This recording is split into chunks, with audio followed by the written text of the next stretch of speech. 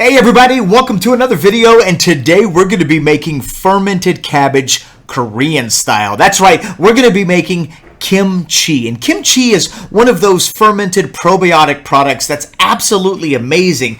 Carrots, daikon radish, spicy, a lot of layers of flavor. Your kimchi is so stinky. It's super stinky.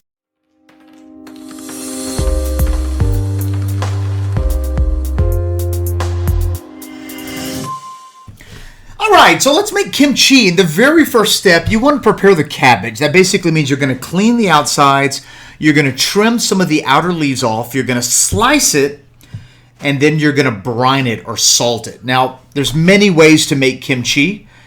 Everybody that makes kimchi, they generally think theirs is the best.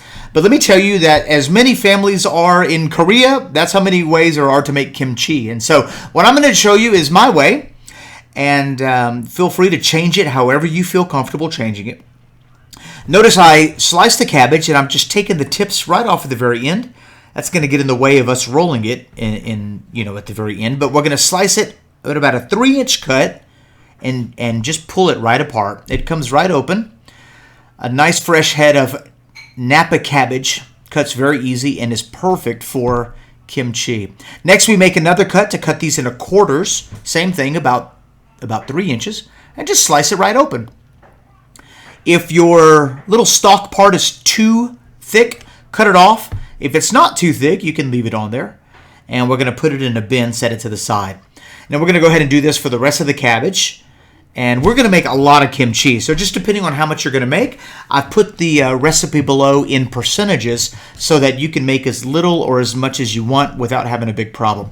Once all your cabbage is sliced and quartered, you're going to go ahead and brine it. Now, what I like to do is do a soaking brine. That's basically 14 parts water to 1 part salt. So for every 14 cups of water, I put 1 cup of sea salt or kosher salt, and I let it soak in this brine basically overnight or about 12 hours. And I want to keep everything under the brine. And so I just put these bags of water. You can put Ziploc bags or whatever you want. I just put bags of water directly on top to just kind of help weigh it down. And what this is going to do is this is going to salt the cabbage evenly. Like I said, there's a lot of different ways to do it. Some people will physically take salt and salt each leaf and let it soak in that salt and then rinse it. The difference between good kimchi and great kimchi, in my opinion, is this step right here. If you properly salt your kimchi cabbage, your nappa cabbage, it's going to give it a very nice crispy texture that really sort of is the beginning layer of everything else that's going to happen. So once you have your cabbage in your brine, this is the easiest way to do it, in my opinion. The next day, basically overnight, you're going to take your cabbage out and you're gonna basically rinse it 3 times. So you're gonna take your cabbage out, dump your water, and you're gonna fill it up with fresh water.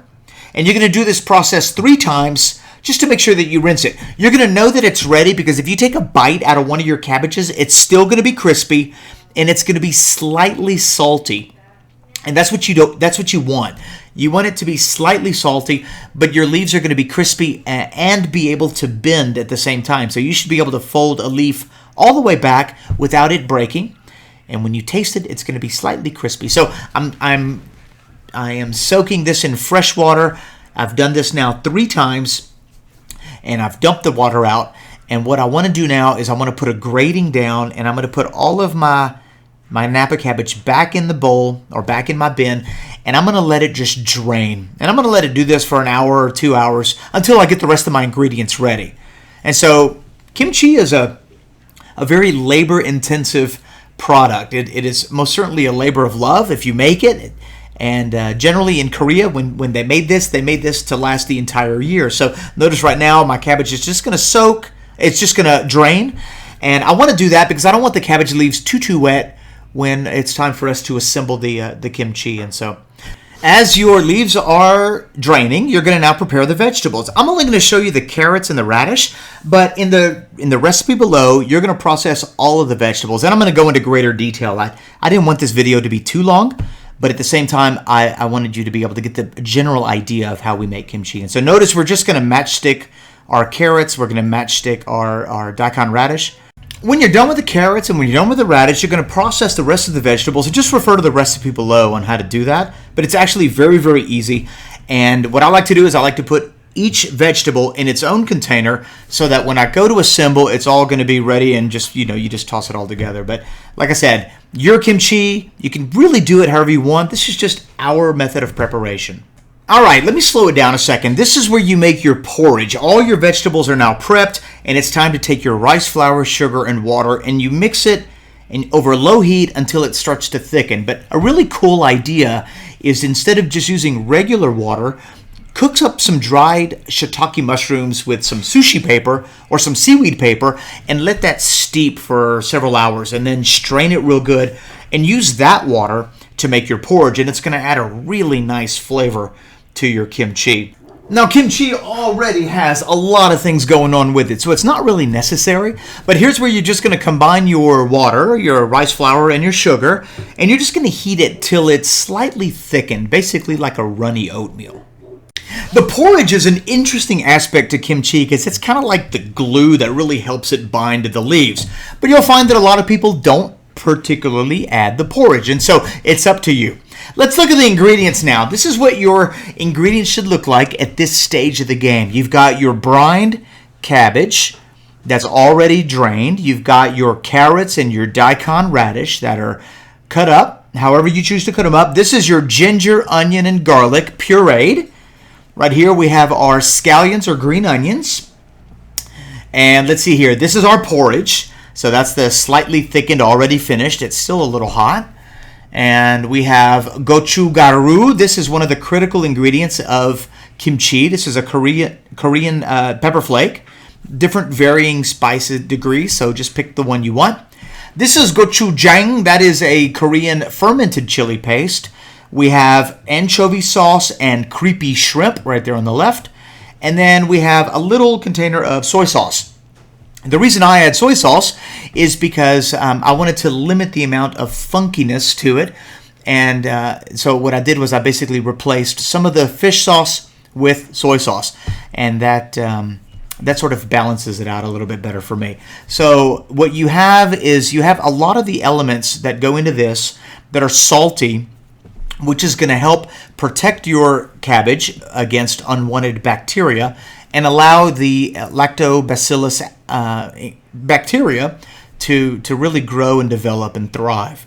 Those are your LABs, lactic acid bacteria.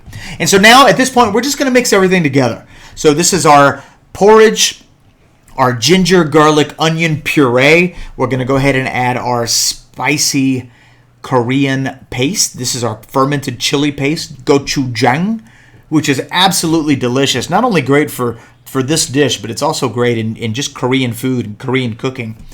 And you're going to notice that a little goes a long way. So if you buy a little container of it, you might have it for a little while. This is the Korean chili paste. The chili flakes, gochujang. And we're going to go ahead and pop that in there. And this adds a really wonderful, spicy, smoky note to your kimchi. It's also going to give it that signature, red color that you typically see when you're dealing with kimchi. Now we're adding our soy sauce. And we're going to mix that well. And then we're going to add our anchovy sauce or fish sauce that you can find at pretty much any Asian mart. And we're going to go ahead and just incorporate each ingredient as we have it, no problem. And let's put in our shrimp, our creepy shrimp. You can use shrimp paste. If you use shrimp paste, you're going to want to reduce the quantity by half, all right? And so, if I call for 1% of creepy shrimp, then you're going to add 0.5% of shrimp paste. So now we're going to go ahead and add our carrots, daikon radish. We got our gloves on. We're mixing it up by hand. And we're going to finally add our scallions, or green onions. We're going to finish that up right here in a second. All right, time to finish the process. And here's what we're going to do. We're going to go ahead and get a 1-gallon pickle jar. And we altered it a little bit. We put a airlock right there on top. If you don't happen to have an airlock, it's not that big of a deal. Maybe cover it with a coffee filter and just slightly put the lid on, but not super tight. So we're going to set that to the side. In order to spread this mixture into your cabbage, what you want to do is you want to put it flat on your mixture with the tip facing away from you. And you want to lift the entire cabbage quarter away from you. And so each layer is going to be pulled down, and you're going to spread a nice little handful on it, and you're going to repeat the step until you're completely done with every single layer of cabbage leaves. And so notice how we're just pulling each layer back with a little handful. We're going to paint it on. There you go, just paint it right on. And you can be as generous as you want to be. You really want to save your mixture to where it lasts your entire batch of cabbage, but this recipe is pretty rock solid when it comes to being generous, and so there's no problem with generosity. As soon as you pull your cabbage mixture up, a lot of the excess is going to fall out. So watch this. We're going to pull it up. A lot of excess is already falling out, and what we're going to do is we're going to roll it into a little parcel. All right? So we're just going to put it into a parcel, although you don't have to roll it. You can keep it flat, and you can just go ahead and stuff it into your jar. And so there's no really hard and fast rule when it comes to making kimchi, but you do want to go ahead and, no matter how you put it into your jar, you want to try to stuff it in there as tight as you can. So whether you roll it into little parcels like I did, or whether you keep it flat, you're going to pop it in there and keep it tight. This is what it's going to look like. You want to leave about 2 to 4 inches of space at the top for expansion. And you're just going to set it to the side. Keep it on your counter for roughly 3 days, 72 hours. And in the process of those 3 days, it's going to begin to ferment. And this fermentation, you're going to see a lot of activity. You're going to see air bubbles and carbon dioxide bubbles, through your jar. After 3 days, place it in the fridge, and it's ready to eat. Now, in 2 weeks, it's going to be even better. So if you want to pop it in the fridge and let it ferment for 2 more weeks, there you go. But this is what it's going to look like. I've got the most traditional way of just eating kimchi with fresh rice. I also put a little kimchi salami right there on the side, and I'm going to go ahead and enjoy this. But typically, if you want to get creative, you can mix this with your salads, with fish. You can mix it with your scrambled eggs. You can have soup with kimchi. You can have a kimchi hamburger. Let your imagination run wild. And thanks for watching this video.